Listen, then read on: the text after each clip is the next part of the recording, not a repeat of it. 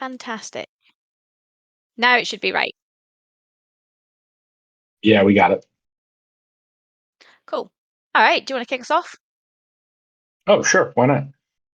Hey, everyone. Thanks for joining us. If you're just meeting us, I'm Archer, and Nessie here is my better half as far as Web3 goes. We are the founders of Hell's Bells, and we put this little presentation together actually for our community. And then we decided, hey, why not share it with surgeons as well? We did a similar presentation about a year ago, last June or last May, to discuss Ordinals and BRC-20 in general. And this is sort of an updated version of that as we approach the halving here. Yeah, Ella, you were there. It was a year ago. Holy shit, right?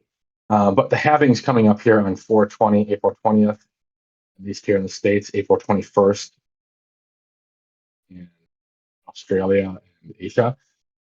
So we decided to take a look back at things and the advancements we've come as far as shitcoins, pardon my language, go, and Bitcoin. And what we've come up with is, hey, we need to reevaluate BRC-20. We need to look at the chat protocol, and we absolutely need to look at runes. So that's what we're here to do today. Okay. So you guys can see the agenda. Just moving us through. We're going to talk fungible versus non-fungible, ordinals, what the narrative really is with BTC. Then we'll get into BRC-20, track and tap, and what those ecosystems are. We'll get into runes, which is why you're all here. You want to know what the big deal is. Everyone's been talking about it. Why are they important? And then we'll do a quick summary about what we've just covered. Perfect. Ness, if you don't mind, I'll take this, and you can take BRC-20 because Go that's for kind it. of your thing. Since you're Nessie, for those unaware, was the first person I know of to get involved in BRC-20s, and we'll hit on that in a moment. But one of the things I think we need to really touch on here is what is fungible tokens and what are non-fungible tokens. I think these are terms we use a lot, and I think a lot of us pretend to know exactly what they are. I know I did for a long time, um, but we really don't completely understand, at least a lot of us, what fungible versus non-fungible tokens are. And I think that's really key to this whole discussion we're talking about here, Nassim, because really what we're talking about is shitcoins, and shitcoins are fungible tokens. And what I mean by fungible tokens is, let's make it really easy. One Bitcoin equals one Bitcoin. It doesn't matter when your Bitcoin was mined. It doesn't matter if your Bitcoin was mined in 2009 or 10 minutes ago, right? Your Bitcoin is equal to every other Bitcoin. 0.1 Bitcoin is equal to everyone else's 0.1 Bitcoin. There's no rarity. There's no, I don't know, provenance or anything like that. All that matters is that you have a Bitcoin or a part of a Bitcoin, and that works. Likewise, if you want to move away from Bitcoins, uh, if you have a $1 bill in the United States or a €5 note in Europe or what have you, that currency is going to be worth, five euros, $1, no matter what you do to it. Doesn't matter if you sign your name onto it or anything. It's going to be worth $1, and that's what a fungible token is. It's always worth the same amount of value, no matter what you do to it, no matter how you deface it or what have you. Whereas if we look at non-fungible tokens, NFTs, so to speak, they have rarity. Like we use ordinal geese as an example. Ordinal geese is a sub 100K ordinal collection. At least 20% of it is. The other 80% is between 100,000 and 120,000. Well, we know just because lower inscriptions, sub 100K inscriptions, are worth more than 100K plus inscriptions, that those sub 100K inscriptions are going to be worth a little bit more. And that's kind of what a non-fungible token is. They have rarity, they have different collectability. And that's kind of where we get into tokens. Tokens, right? So tokens are fungible. NFTs are obviously non-fungible. Ordinals are non-fungible. And I know I just went through a very long explanation for stuff you probably already knew. I do think it is important to recognize that fungible tokens can be broken down into equal parts that are never going to change, whereas non-fungible tokens have rarity. So yeah, sorry to waste about 3 minutes there, but there we go. So BCC and ordinals and the narrative and where we're going to get in quickly, and they're highlighted down there: BRC-20, tap and track, protocols, and runes. But how did it all start, right? So there was a taproot upgrade to the Bitcoin network back in 2020, right? 2021, allowing digital assets, which are ordinals, to be inscribed on the Satoshi, which, if you don't know what a Satoshi is by now, it's a little bit terrifying, but we have put the meaning there. It's the lowest denomination of Bitcoin. Since then, there have been, and when we first wrote this presentation, I remember we gave this a year ago, as Archer mentioned, and there were BRC-20s and ordinals and literally, I think every time we did this presentation, because we did it for multiple weeks, every new week there was a new meta. Cursed inscriptions. Then it was all about things that don't even exist anymore, like BRC-721. There were stamps, which still exist, but recursive inscriptions, etc., etc. There are so many metas that have been built off the Taproot upgrade, and what we want to talk today are basically DeFi and DeFi on Bitcoin and what that actually looks like. And to do that, you need to be using the tokens BRC-20. You need to be using, well, the other things are tap tokens or runes. Now, you've all heard about runes, and everybody's like, what the fuck is a rune? And why are they so important? Oh, but I got airdrop something in my wallet. Oh, that's really cool. And it's worth, I think it's worth about 3.5 grand or something right now. So everyone's like, well, what is it? Why do I need to hold it? What's important about it? Well, we'll get into that in a second. So BRC-20s were created back in March 2023. They are Bitcoin's answer to ERC20 tokens, but they are not the same. They do not use a standard smart contracts. There were no smart, there is now, but there were no smart contracts on Bitcoin when BRC-20s first started. They are basically, essentially, the first ever shitcoins on Bitcoin. And they are so clunky. So what we've got here, there these JSON files, which is the JavaScript object notation files, basically for people like me who aren't techie, text files. And they can be inscribed to create tokens and move tokens around, but they have very little functionality. And they only have three functionalities. One, deploy. So you can see this one, ORD, which was the very, very first BRC-20 token. There was 21 million of them minted. Well, deployed, sorry, not minted. 21 million of them deployed. And where it says limit, so lim is the limit, and they can only be basically minted in batches of 1,000. That's what that little text at the top on the top left box says. You then have the second piece, which is mint. So the person who already deployed 21 million of them, and then the rest of us people could go, yeah, we're going to go and mint that. And this is how you do it. That was the text you had to inscribe in UniSat at the time, and that was what you, in fact, I think it was Ordinals wallet actually you inscribed it in. But that's what you, one of the two, that's what you created. Anyway, you inscribed 1,000 of them. And then you only have a thing to do is you can transfer them, but you don't have to transfer them in the batches of 1,000. You can transfer them in any number you want. If you want to transfer one, you could transfer one. If you want to transfer 100, you can transfer 100. That's what the transfer thing is. 3 functions. That's it. Deploy, which once it's deployed, it's done. Then it's mint and transfer. There's the only 2 things you can do: mint it and transfer. So super, super clunky way of doing a DeFi. Yeah, absolutely. And I do want to also point out that one thing that was at least weird to me when I got into BRC-20s, with Oxbit about a year ago, was I was so used to just being able to trade the ERC-20 tokens like we talked about on an exchange on Uniswap, swapping it out for any, for Ethereum or for Matic or what have you. And then we get to BRC-20s where we mint them, and then all of a sudden you have these JSON files. They look so primitive, like we're seeing on screen here. And then you realize, oh, I can't just trade these out. I have to sell them.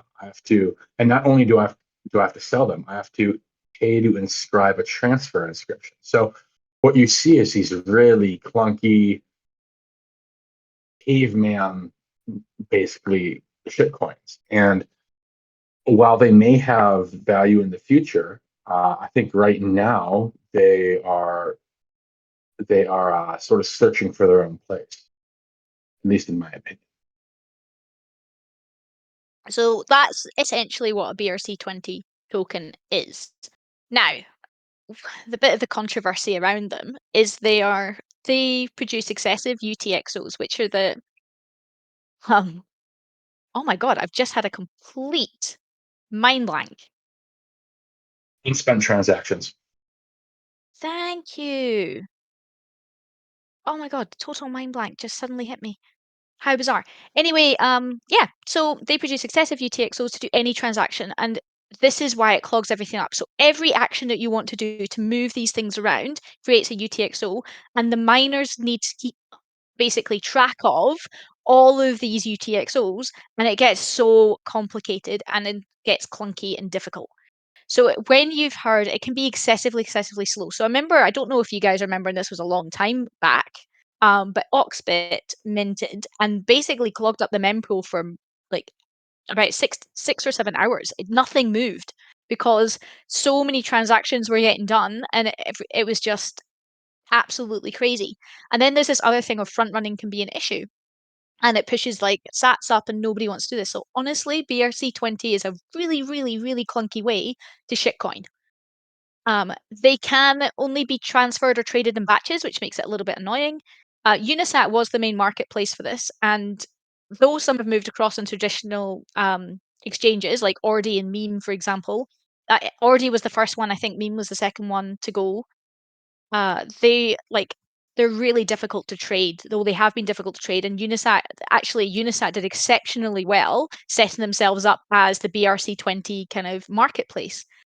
And the Unisat wallet is geared to BRC-20s. And for anyone who has a Unisat wallet, and I suggest that you should have at least one Unisat wallet and one Xverse wallet. But for anyone who has a Unisat wallet, it works very well with their marketplace, and it works exceptionally well with BRC-20 tokens. However, it does not work so well with some of the other ordinal inscriptions, and it doesn't. And you've got risks with if you used cursed inscriptions or anything else with Unisat wallets because they could be spent by mistake. So, yeah, clogs up the meme pool. Anything you want to add to that, Absolutely. Archer? I was just going to say that we're seeing a lot of BRC-20s transition over to other protocols, which is a great, ironically, transition. So Ordi, Nessie mentioned the BRC-20 Ordi, which is the first BRC-20. They recently migrated over to the TAP protocol, which is by Track Systems. If we want to go one, maybe even two slides down. Sure thing. Yay, Here we go. there we go. So Track Systems. This is ironic because Track Systems is the umbrella corporation, is probably the wrong term to use, but it's the term that's coming to mind. It's the of Bitcoin protocols like Pipe and most importantly Tap. So Track Systems started as a BRC-20 that launched last June, in June of 2023. Originally, it was a Fairmint, and you could trade it last July at about 8 cents. If you wanted to buy some today, it's going to be about $3.50 a token. And the current market cap's about 65 million, and the all-time high is $8 a token, which was about last November, December. And what Track Systems does is they index both Bitcoin and Dogecoin. And they have a couple of advantages in that they were the first group to index Bitcoin, and then they moved over to Dogecoin as well, and started including Dogecoin as well at the end of 2023. And B, they have a brilliant developer. The founder of Track Systems is Benny the Dev. He is, in my mind, after Casey, probably the second most influential developer in Bitcoin. He founded the TAP protocol, which is a ordinal enhancing protocol, or an OrdFi enabling protocol, excuse me. If you want to move one slide down, that's basically it's an L1, it's not an L2. And it allows for things like airdrops. So if you've interacted with Bitnap or On-Chain Monkey or their token, Karma Coin, right? That's all tap protocol right now. Nessie looked it up. There's 14,000 projects on the tap protocol, I which couldn't is even name insane. 14,000 projects, like, to be honest. The fact that there's 14,000 projects built on tap is nuts. Nessie, I want to meet the person who could name 14,000 projects. But no, it's ridiculous, right? When you think about it, like it's by far the largest protocol on Bitcoin. Tap was launched in June of 2023. I first heard about it. Nessie and I first had Benny the dev on our spaces in August of 2023. And what they were talking about was simply theoretical. And over the last couple of months, what we've seen is they got representation, were able to raise $5 million, which was their goal.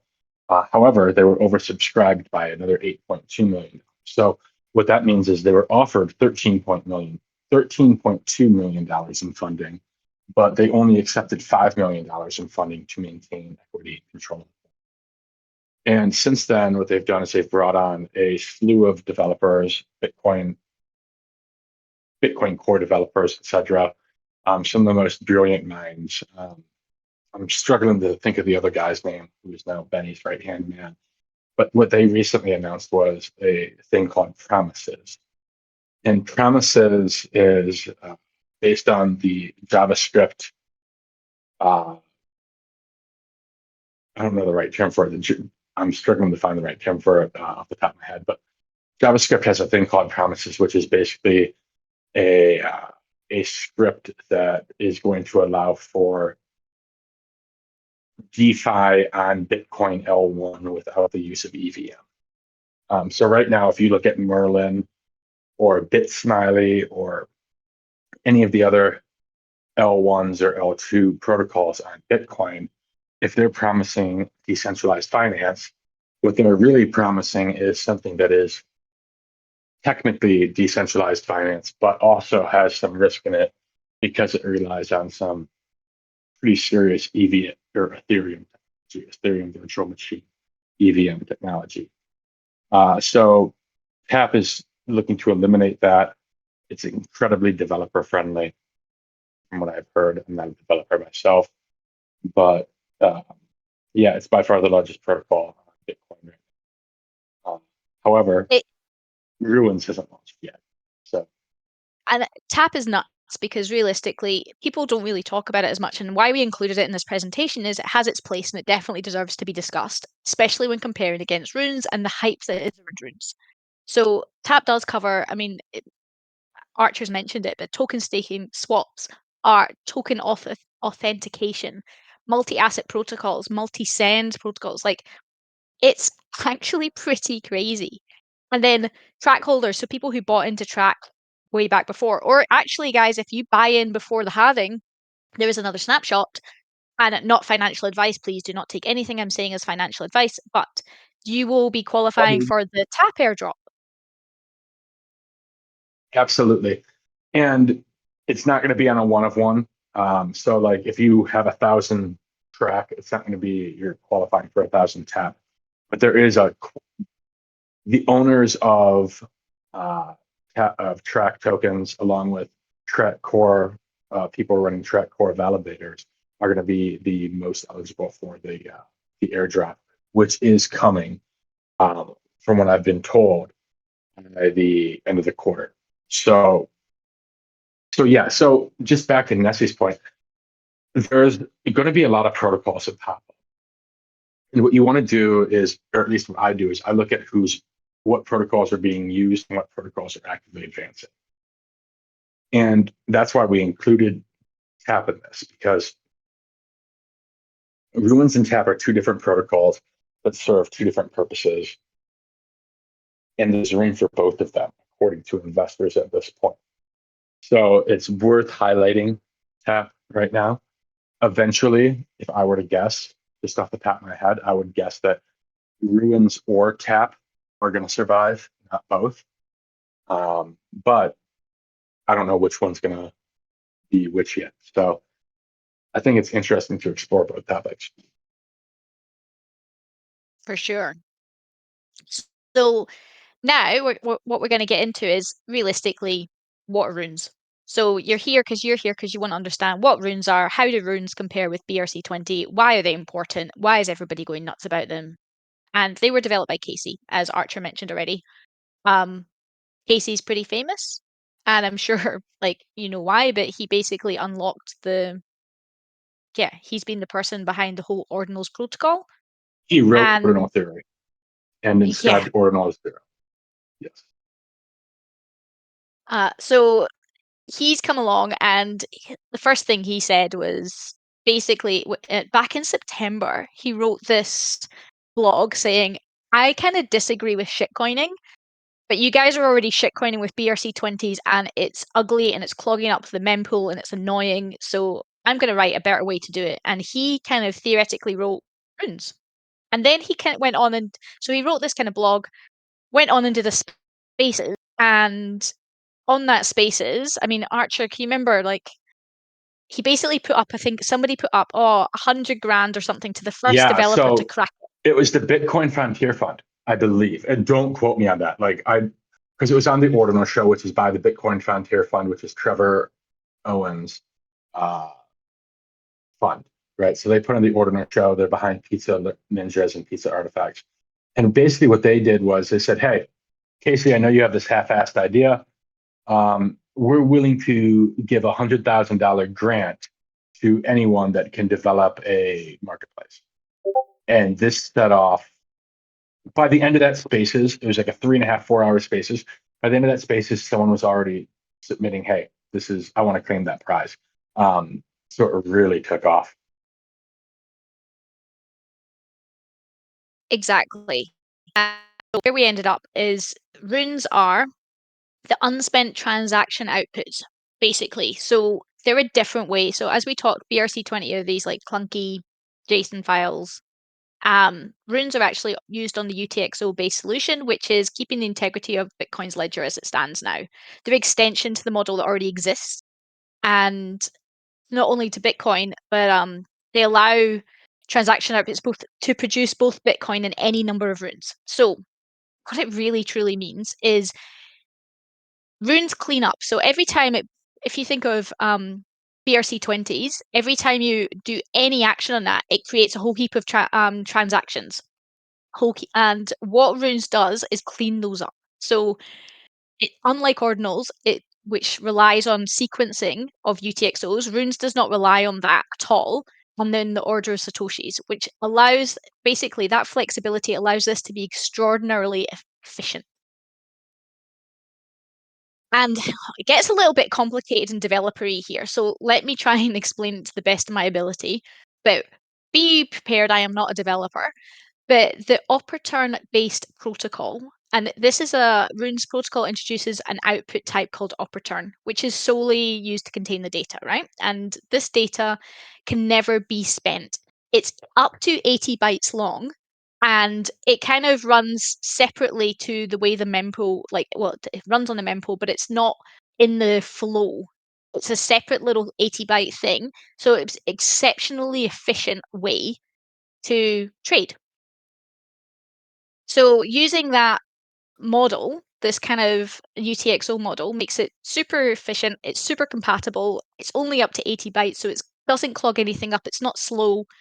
And it's a novel way of managing digital assets on Bitcoin, unlike the specific identification sequencing that we've talked. So you know how you can track dollar bills by their serial numbers? That's kind of how a lot of inscriptions and other things work, as they track all the ordinals by their inscription numbers and stuff. Runes doesn't really operate like that. It operates differently, more like tokens within a pouch and wallet, and it simplifies the management and transfer of those assets, making it much, much more accessible and understood.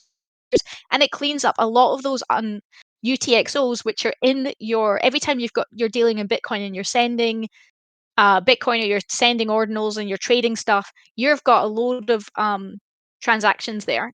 Runes is helping clean those up, basically getting rid of those So unspent transaction transaction. outputs. So I want to touch in on UTXOs here because UTXOs can be more complex than they really are. So basically, where we're coming from here is if you've ever heard of miners or traditional Bitcoin people saying that Ordinals spams the ecosystem, right? That it clogs the network and it devalues Bitcoin because the network gets congested and it limits use cases. That's essentially what Luke Dash, also known as a cat eater, uh, little inside joke there. He made some weird comments one time. Anyways, he's a Bitcoin Core engineer. He's been working for the last 15 years on Bitcoin Core. He also owns one of the largest mining, operations in the world. He's partnered with Jack Dorsey, the former founder of Twitter and owner of Twitter, to basically go on this anti-Ordinals crusade, which says that the UTXOs produced by Ordinals are clogging up the ecosystem and causing a lot of spam. It's similar to saying that the burning of coal causes CO2 emissions in the atmosphere, right? So it's bad for the environment, is basically the argument. What Ruins does is it takes these UTXOs, which you can etch 80 millibytes on, and it uses them. So it eliminates this waste. It eliminates this spam in the environment. It gives it use, which makes the ecosystem improve more efficiently. So Ruins really is like a green solution to shitcoin. I have no And to idea, be Nessie, if fair, is it, Luke Dash was kind of, and like to be fair, he was right. I mean, when Oxbit and stuff, and Oxbit was a BRC-20 token back in, I don't know what, May, June-ish time that launched. Might have even, yeah. And so when that launched, it clogged up the mempool. Everything was stuck for 6 hours or so. All of like nothing went through. It was just absolute chaos. And he was right, like to a point. I don't agree with him, and I think he seems like a bit of an asshole.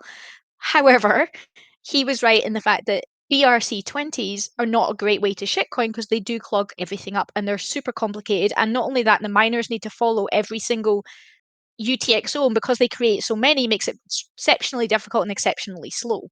That I opens up think to other issues like sniping and other things. absolutely. And I think I also agree that he has a good point. It's probably worth an entire another conversation. But basically, what these anti-ordinal Bitcoin miners and Bitcoin OGs are arguing is, in my opinion, against progress within the system. So the arguments in my mind that they have formed are being outpaced by the advancement of technology because everyone sees these problems and they're solving them. It's kind of like saying, okay, we invented the internet, but we're not going to invent high-speed internet, right? For some arbitrary reason. So, anyways, we're getting off course. I think I kind of led us astray here on that, but I do think it is important to realize that Ruins is kind of an environmentally friendly way to go about shitcoin. Yeah, in my opinion. Precisely. So, do you want to talk about etching and why etching's important? Absolutely not. I think you should. Oh God. Okay. So, no problem. Um, so when you're in Ordinals and everybody's been playing in Ordinals, and if you haven't, I'm sure you've had a go. But if you're putting an Ordinal up on Bitcoin, you're inscribing it onto a Satoshi. That's how it works. Inscription. Runes do not do that; they etch, and it's got a different name because it does it differently. I am not going to talk any further on that because I'll probably fuck it up. So I'm literally Yeah, leaving it like etching. that. Yeah, no, etching is interesting. You can't really. And sorry, Nessie, I kind of forgot that I took this over. So we did the same for background people in the audience. We did the same presentation for our community, Hell's Bells, 2 hours ago, and I forgot that I kind of took this etching thing over. So basically, so etching, like Nessie just said, is how runes come into existence. But what you can do in that is you can set in properties that are immutable, and what that basically means is you can say, okay, I have this rune that I'm going to launch. I'm going to launch it, and it's going to be available for 1 million or 1 million etches. And it's going to go live at this block. So Bitcoin blocks process once every 10 minutes. They're sequential, so you can easily track them. So let's say you want to launch a ruin. It's going to come into existence at block 1000. It's going to be live for, I don't know, 100 blocks, so 1,000 minutes, or 1 million tokens until 1 million tokens are etched, and then it's going to close. That would be one of those immutable properties you can, define before launch. Another thing you can do is something called pre-mining. So we've talked about on BRC-20s how you have this fair mint, so like track, so Oxbit was a fair mint, meaning that the team couldn't set aside any specific amount. Like if you launch a BRC-20, you can't set aside 10% for advisors, 10% for the team, etc. You have to, it's a free for all. With the ruins, what you can do is you can define, okay, 5% is going to be split individually among these 20 wallets. Another 5% is going to go to these 10 wallets, etc. So you can define that ahead of time. That's really revolutionary and what sets the ruins apart right now from any other protocol as far as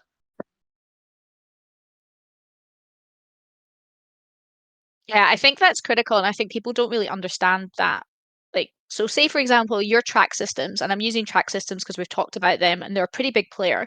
If track systems now decided to put another, say, tap token or another, let's say, BRC20 token, and they wanted to keep some for their treasury, realistically, if anyone saw that drop, we would all mint it instantly. It would go like wildfire, and they would also be competing against us to create their treasury, to basically keep their treasury section. They'd be trying to mint their own treasury, where this allows you to basically keep, like, as Archer said beautifully, you get to, right, we're going to pre-mine that. That's going to be going straight to my treasury. So it's a really nice way for, like, the people dropping that protocol to sort out their, right, where do we want this to go? Also, how big do we want the mint to be? How many block heights? How long is that going to be? How long do we want to keep that open for? It's just a totally and it's different way all to do it done. It's all done in a one on chain. command too. One Yeah, it's command. So super you're not. cool. It's like it's exceptionally efficient and developer friendly in that way. So I'm not very smart. Like I'm not very good with technology, despite what I'm sitting here talking about. I'm good at research. I can deploy a ruin token very easily based on the preset parameters. And not only that, the halving on 420 is when, or 420 in America, 421 for Nessie in Australia and Asia. And that's when ruins are activated. At activation, you're going to see Magic Eden's going to go live with their marketplace. Ordzar is going to go live with their marketplace. You're going to see ruins go live, and you're going to be immediately be able to launch your own ruin tokens, much like you can any other, Ethereum or BSC based protocol. So it's going to be a very cool little advancement. I think we're going to see, and I think we're going to very quickly see a 1 billion plus market cap as Leonidas and all those guys have predicted total on ruins. So it's very exciting in my opinion. And actually, that's a really good point. So you guys all have, well, whoever was playing around with ordinals back in the day. So if you happen to get in and mint an ordinal geese, for example, and you probably qualified for an airdrop by Leonidas, and Leonidas dropped these runestones, and I'm sure a lot of you have runestones in your wallets, right? So if you didn't have them in your wallets, you're probably an idiot like me who paper handed it far too early. I've still got one, thankfully, but paper handed it far too early. But if you didn't and you have them, why they're important is, and what everyone's talking about is, that airdrop qualifies you for the token that's going to be connected to this. So the first runes token is going to come with whoever has that airdrop is going to be then airdropped, or then like these runes tokens, which will be shitcoin. It's going to be, or you can call it an altcoin or whatever you want to call it, but realistically, it's a shitcoin. It's going to be a shitcoin on BTC, and it's going to be one of the biggest ones. And how many wallets did you say had it, Archer? The runestone? I think the official number is like 108 something. Um, Yeah, so yeah, like some shit like that. 110, give Crazy. or take, thousand And wallets were airdropped, whatever that's a shit load of, obviously people are accumulating runestones. So the qualifications for Runestones, by the way, were you had to have 3 ordinals in your wallet by a certain snapshot date, and they couldn't be JSON, so they couldn't be BRC20. So you had to have 3 ordinal geese, or an ordinal geese, an OMB, and that, so that was a qualification. So each wallet that you had that met those qualifications met the criteria for the airdrop. So with Runestones, the way it's going to work is there's going to be an airdrop from it, and everybody's kind of expecting that airdrop to have a insane market cap straight away and kind of become a massive shitcoin and basically push some serious wealth. So that's why right now that free airdrop, because everyone got given who was any wallet that was active in that time that qualified got given a runestone. And it didn't matter how much you had on that wallet. There was no whales to it. If it had minted a couple of things in that particular time frame, you qualified and you were given a runestone. That runestone now is selling for about what, $3.5 grand or something at the moment. And it Something was a like that. free airdrop. But let's also go to the arch nemesis of Runestone, right? So what inspired Runestone? That was RSIC. RSIC was the exact opposite of fair airdrop. It was if you inscribed a sub 10K or you had a sub 10K ordinal, and then if you met some other lottery requirements and the lottery happened to be rigged towards goals, then you were eligible for RSIC, which is trading, I think, right now about 0.05 Bitcoin, but reached all-time highs of about 0.17 Bitcoin. And that has been mining Bitcoin continuously for the last 2 months. Now, what's really interesting about this, Nessie, for me at least, is last week, Casey said, hey, you know how I said I was going to hard code those first 10 ruins, 0 through 9? I'm only going to hard code the first one, number 0. So ruin number 1 is up for, I don't know, up for grabs. And what we're going to see is this hard fight for who's going to be able to be who's going to inscribe their ruin first. Who's going to get that first ruin done, independent of Casey. And I think most people believe RSIC has the inside track on that. I cannot tell you why, though. If you could, that'd be fantastic. I've heard the same thing, but again, I do not know why either. So if anyone in the audience does, feel free share because we don't know. But yes, it's really interesting because everyone's pushing because obviously rune number 1 is going to be important. Something else that we forgot to mention with runes is we talked BRC20 only has the tickers for BRC20 are only were originally only 4 characters long. Now with the upgrade they can go to 5 characters. Rune tickers initially start at 13 characters to 28 characters. Do you want to talk through, Archer, the character bit changing every 4 months? Quarter? Yeah, every 3 months, Yeah. isn't it? That's called quarterly because I can't remember off the top of my head. I don't think we actually wrote it in our notes because we're great like that. It's either once quarterly or once every 4 months. So basically, like Nessie said, you can have right now, if you want to launch a ruin, it has to be between 13 and 28 characters long. I don't want to go into the logic behind why, but that's just the way it is. In a couple of months, if you want to launch a ruin, you can launch a 12 character ruin. A couple of months after that, you can launch an 11, and so on and so forth. I believe, if I'm remembering off the top of my head correctly, by the next halving, it'll be down to 1 character. And then I don't know what happens after that, honestly. But no. Nessie, what was that loud no? I was going to say, no, you're right. I was going to 100% say you're right. We don't know what happens after that 1 character, but it does get interesting because it kind of shows provenance, right? So if you're over 13 characters and you're in the 13 to 28, you can kind of see like, okay, well, realistically, this is an early rune. And then if you're down at the 4 characters, for example, as a rune, then you know, like, well, it's this, like, it's not early because that would have taken X many months to get there. I think the ultimate power move right now might be to do a 28 character one, right? Because there's only going to be there's millions of possibilities on 28 characters, but there's really only so many good opportunities to get a 28 letter ticker, and that shows obvious OG provenance. Maybe I should Whereas, just mint one. Like Nessie is the bestest ever, or whatever it is. I could get myself up to 28 characters. well, we should actually just do it. I mean, why not, right? Um, We should. Yeah, we should. You know, it'd do be we? funny if we did a Hell's Bells version, just for shits Well, and we giggles. talked about with our developer, and now we're going way off course here.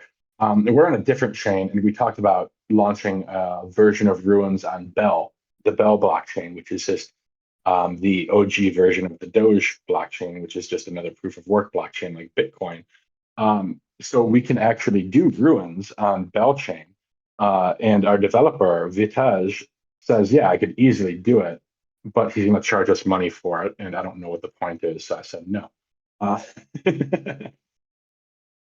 Yeah, no, it's but true. It's kind of fun, but the whole. I forgot. Sorry. Can I jump back in? yeah, I Other want thing us with to runes is get back on you track go. here. So other thing with runes is there are risks. So you can make them malformed for a number of reasons, and there's multiple reasons. But one reason, for example, would be an unrecognized runestone field. So that's the field of how you mint it. And if you did it incorrectly and you did it like the way you fill the fields in, if you got something wrong, and there's certain rules as well, and I've not gone into them because honestly, we could be here for about 7 hours, and I would not do a particularly great job trying to explain all the developer rules you have to follow when you're minting or deploying runes.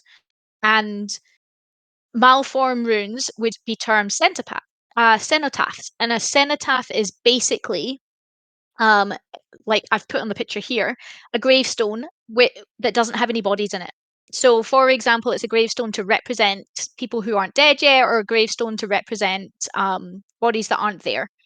That's what a cenotaph is. It's a rune that's kind of gone wrong, but when it goes wrong, the runes input into a transaction with a cenotaph are therefore burned.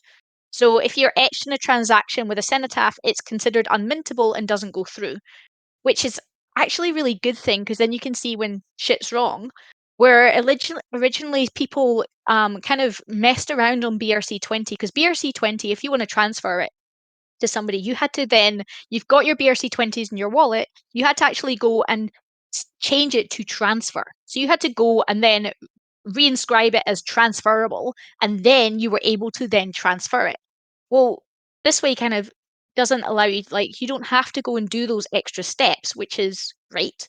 But should you get anything wrong, it just says, nah, it's unmintable. But people who tried to transfer their BRC20s without setting it to the transfer state could They mess lose things them. up. And sometimes, yeah, exactly. And people did lose them. And they were talking serious amounts because already uh, or as one of the first ones and things, people were losing some serious money at the start because they were messing up on how to transfer it because nobody really knew how to do it. And so there was a lot of things that were burned back earlier. And now we're talking, well, because of this shows straight away when something's burned, it's like, oh, okay, well, that's fine. And it makes it so much more user friendly in that Absolutely. respect. Like it's one of those things that I really miss about. I don't fuck around much with Ethereum anymore, but it's one of those things I miss is Uniswap, right? Uniswap, for those unaware, is an automated money market. So basically, that means you're able to go in there with your Ethereum. You're able to say, "Oh, I want, whatever you want, whatever token you want. You can swap it for USDC, USDT, what have you, Pepe, and you can do it seamlessly. You just pay your transaction fee and you get it, what have you. With BRC20s, when it launched, you couldn't do that. If you want to take your ordi and you want to sell it, well, what you had to do is you had to go into your wallet, see how much you had. Okay, I have 10,000 ordi. I want to sell 1,000. Okay, now I have to go Jesus, to I wish Unis. you had 10,000 already. We'd be on a boat somewhere, like partying it up Oh if you yeah, had 10,000 already. we wouldn't be doing this. That's for fucking certain. Sorry for my language, but like the point is, you would go to unisat.io, you'd hit the BRC20 tab, you'd hit inscribe a transfer, you'd point out how much you want to inscribe. So of that 10,000, I want to inscribe 1,000 of them for a transfer. You'd pay the transfer fees or the inscription fees. You'd wait, hope you don't get front run, and that the price stays stable. Then you'd get your order, and then you'd have to go pay fees again to list it. Then wait patiently for people to buy it, right? And that's kind of where we're at. Like on Bitcoin. That's what we're doing right now. We have to go through all those steps in order to swap out our tokens. But with Tap, with Ruins, with other protocols that are less heralded at the moment, we're changing that to enable these DeFi functionalities. So like Tap with promises. I mentioned earlier, Tap has promises coming out that enabling DeFi functionality. You're going to be able to swap those tokens out. You're going to be able to swap your Karma coin for Bitcoin, without having to sell it or inscribe a transfer. That's what's coming. And I think that by and large, Nessie, is kind of our point, is be aware of what is coming to Bitcoin right now. Start doing your own research, start positioning yourself, start understanding, okay, this is what I need to do. Uniswap had one of the biggest airdrops of all time on Ethereum, right? I don't know what the numbers were that they dropped, but shortly after their token dropped, they were above $3 trading, right? The native token. Something on Bitcoin is going to pop like that. I have no idea what it is, but the technology that has been developed in the last year is going to enable that possibility. So that's why I'm still bullish on Bitcoin, is because we're early to that possibility. So basically, that's kind of the summary of where we're at. So we started on BRC-20 a year ago. TAP was born. That is really quite exceptional. But it also, TAP uses a peer system. So the more exists and more projects that are building on TAP using the same system, the more efficiency there is. But Runes has been created by Casey recently, and it's super efficient. It won't clog the mempool. It enables OrdFi on Bitcoin, and we're about to see, after the halving, we're about to see shitcoin summer. Well, summer for you guys, shitcoin summer is going to hit hard because we're going to have it on Bitcoin, and it's going to be Bitcoin shitcoins. Yeah, Bitcoin shitcoins. And that's going to be super interesting to see how it's going to work, what's going to happen. And it should, if everybody is moving across to these kind of to rune style protocols and using runes for shitcoining and DeFi, then it's going to shut up all the Lukes of the world who are going, this is so inefficient, you're clogging our mempool, we hate mining this, we're not supporting ordinals, because it's like, well, actually, no, we fixed that, and this is how that's working. Absolutely. And I Why do your want to rune? point out, You go go. ahead. I was just going No, to I point just said out, why your runestone is important. Yeah, you go. Look at us I was go. going to, Okay, I'll leave it. no. I was going to point out one key piece of information that we didn't share in our House Bells presentation that we both were reminded of about a half hour ago is, in order to take full advantage of Ruins, you have to be running a Bitcoin node. It's just the way it is. So I'm going to read to you right now. Trevor Owens from the Bitcoin Frontier Fund put out an announcement to his group about it less than an hour ago. It said, if you do not have a Bitcoin node with ORD installed on your computer before the launch of Ruins, there is no guarantee you will have any way to use Ruins. This could be the biggest financial mistake you make this cycle. And then it goes on to explain why members of his Pizza Ninja community get a Bitcoin node and, blah, blah, blah. So basically what it's saying is, you can have a Runestone in your wallet right now. You can have any number of projects that are going to drop you Ruins, but there's a strong likelihood you won't be able to trade them unless you're running a Bitcoin node, which is probably the biggest risk and caveat of Ruins in general. There are options, commercial options, and again, this is do your own research on this. This is not financial advice, but there are options that you can do, such as you can buy Umbrel, UMBREL. They offer Bitcoin nodes. They sell a device that offers in-home cloud services, so a private cloud, a private VPN, and also can run a Bitcoin node. It seems to be the most popular among the calls in Bitcoin. I know Jan, for example, the chief strategy officer of Xverse, everyone's favorite Bitcoin wallet, is a big fan of Umbrel. I know NFT Boy as well is a big fan of Umbrel. I personally ordered an Umbrel last night at 2 a.m. And it takes about, it says 4 to 6 weeks on the website to arrive. I was told mine would arrive in 2 weeks, 10 business days. So if you want to take advantage of Ruins, I highly recommend looking into running a Bitcoin node sooner rather than later. That's all I had, Ness. No, I agree. And by the way, for anyone who does want to learn about Umbrel, how to run them, so we are going to have an event in Hell's Bells, which is if you go and buy your Umbrel to allow you to run the Bitcoin node, we're going to have an event on one, how to set them up, how to do it, like all of that information, because to be honest, I could not tell you how to do it at all. I wouldn't have a clue. I am the least techie person ever when it comes to this shit. So I think it's going to be really important that if you do want to go and run a node and you do want to go after runes and you think that this could be a massive place, I think it will be for this bull cycle, then you kind of want to get your head around what does that look like, and you can more than welcome to come and join the Hell's Bells event. We will keep you posted, Sergeant's team. We will let you know when that's coming. We'll give you we'll let you know in a week in advance when we've scheduled it, but we're hoping to have it potentially even next week or the week after.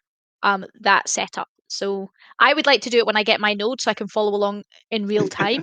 So that's why I'm pushing it back a little bit, because I've still got to order my Umbrel. But yes, we will keep you posted. But Absolutely. that's And I it. If anyone's realized, got any questions, yeah. Sorry. no, you said exactly what I was going to say. I was going to say, and I realized we're at the hour mark. So if anyone has any questions, just shout. We're here. Put it in the chat and we'll answer. Oh, okay. So Yusuf says, so if a person isn't running a node, consider running a node. Should not consider going into ruins. Absolutely not. I wouldn't say that. So running nodes has always been important in Bitcoin if you're going to be early. So a little bit of history here. So if you go back like a year ago right now, we were seeing the early collections, the sub. If you go back a year ago right now and you could inscribe something, you'd be inscribing something under 25,000. But the only way you could inscribe anything was if you ran your and it just made it easy. Like, I don't know where exactly I'm going with this, Nessie, but it makes sense to me in my mind because I was there. Like, you have to have your node to be independent. So, oh, okay, I'm talking myself through this. So in order to be independent of anyone else, you have to have your own node. It doesn't matter if you want to inscribe something to avoid inscription fees, or if you want to have extra privacy, etc. So until major markets are accepting ruins, like Magic Eden is said they're going to launch have their marketplace launched shortly after ruins launches. So did several other things. So running your own node basically allows you to ensure that you won't have to rely on it. Nessie, please Yeah, correct me. Crow got it Early thing. exactly. It's for first runes only. If you want to be trading, you want to be buying and trading and getting into that really early, and you want to get the gen wealth while it's cheap as chips, because realistically, that's how it should be. It's like when any BRC-20s dropped. I mean, Ordi was like cents. People could buy it for like a couple of cents, and now it's, I think, what, it's up at $70 or something ridiculous. So that's the point. Like, that level of wealth change, they expect runes to be the same thing. That's the whole idea. But if you want to be early and you want to be trading in those, and you want to you don't want to be waiting for Magic Eden to tell you how to do that. You also don't want to be paying some of that information. That's why you need an Umbrel. And that's what's important. Yeah, and another, privacy is always a concern. If you don't run your own private node, then Xverse, for example, could theoretically, I doubt they would, but they could sell your information, your wallet information. But I do want to point out here, because it is a little different than like Ethereum nodes or any other other proof of stake blockchains, right? If you run a node, you are not earning rewards. You're not earning Bitcoin for running a node. Your reward is increased privacy and speedier transactions, and securing the blockchain by having a decentralized node. So if you do decide to run a node, do not expect to earn any Bitcoin in exchange for running a node. If you want to earn Bitcoin, you got to start mining. But that's another conversation entirely.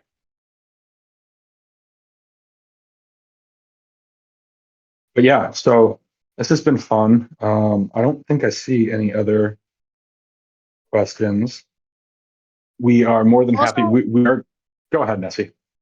Also, guys, Runes hasn't dropped yet. So this is the information that we have collected by delving into all of the GitHubs, reading like Casey's blog, getting the information, watching Taproot Wizards and Jan do that breakdown on like we've pulled this information together, but it hasn't actually dropped and we haven't seen the technology work yet. So we might have just a little bit of a caveat here is this is what we think how it's going to work.